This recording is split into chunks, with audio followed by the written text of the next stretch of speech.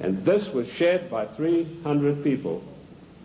That was the committee that ran the British East India Company. They all had equal voting rights.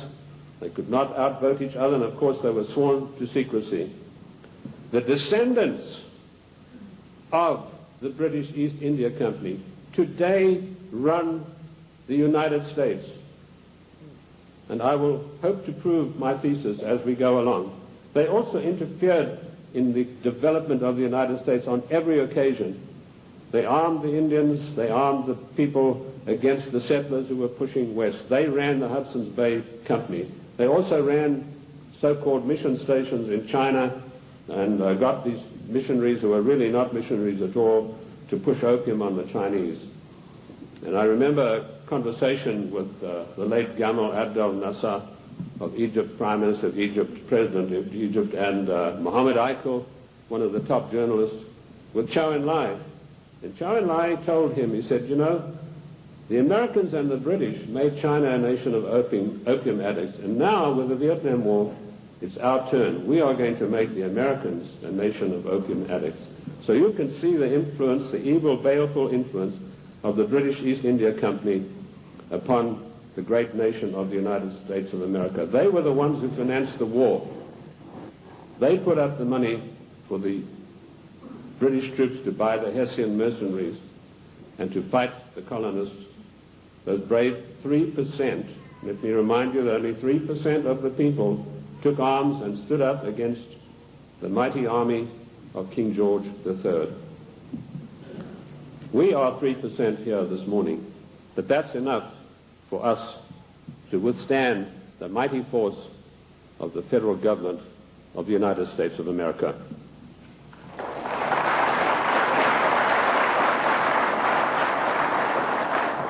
These 300 men in the Committee of 300 still run the world today with an iron fist. Their wealth is untold, cannot be measured. I know I looked at some of the records that I could find in Italy, in Rome. I've done most of my work on location, and this has always been invaluable to me. And I came across the families in Italy who were called the Fondi, meaning the people who had all the money. They were all members of the Committee of 300, the Lucatis, the Recanatis, the Volpi du Miseratis. These people are so wealthy that they would make David Rockefeller look like a piker. That is how rich they are. And this is the committee that runs the world. Now, in my book, The Committee of 300, I name every one of them. This is not a book that talks about they. It gives you specifics. And I must say I do the same thing in my new book, Socialism, The Road to Slavery, which was 10 years in researching. On July the 4th, 1789, George Washington told the Congress, it is necessary for us to impose tariffs to protect the manufactories of our colonies. That was the first trade barrier.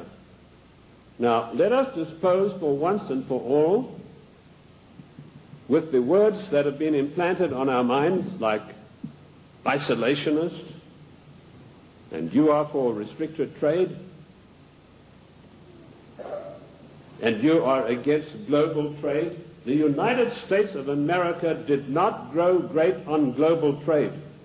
The United States of America grew great on the hard labor of the people who lived in those days and the wise protection barriers put up by President George Washington, because immediately after the war they tried, the British, to try to down the United States through so-called free trade, which is nothing but piracy.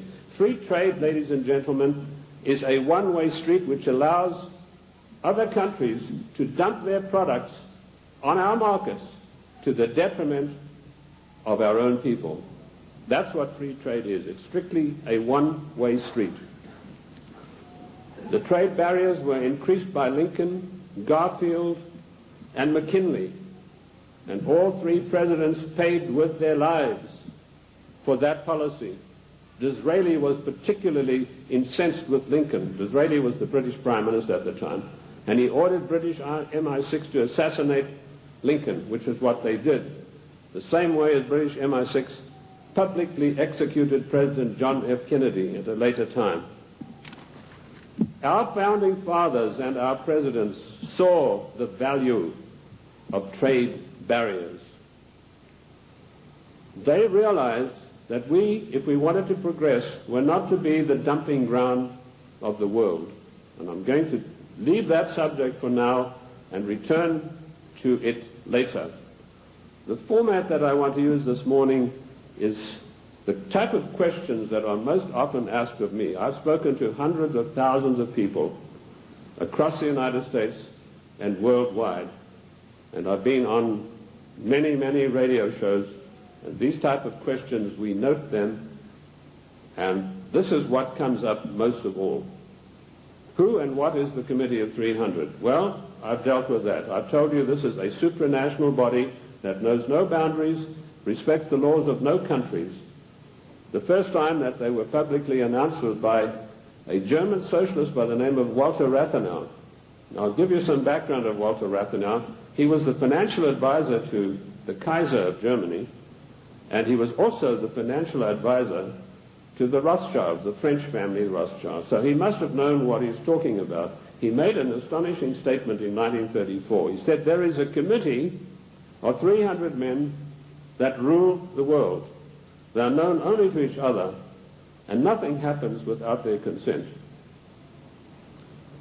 When former head of state Mikhail Gorbachev visited the United States a few years ago, flanked by George Bush and Quayle, he opened his Gorbachev Foundation in the United States. And he let slip, he said, this is being done with approval of the Committee of 300. CNN cameras were on him. They immediately switched. Now, I wrote to CNN and I said, could I have a transcript of this program, which they said was available. I never got a reply. I followed it up with letter after letter, but nothing ever came of it.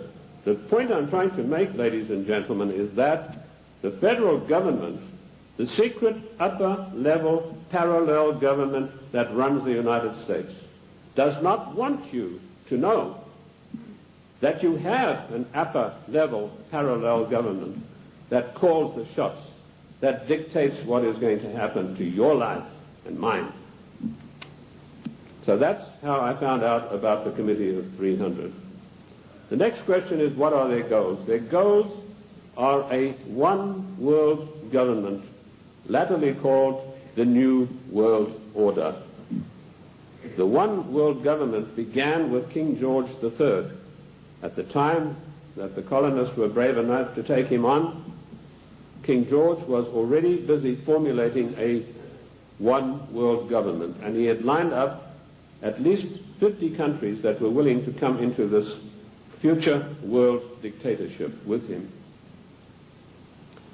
The goals then, very simply stated, are to make the world over into a one-world, new world order dictatorship controlled utterly and completely by this Committee of 300.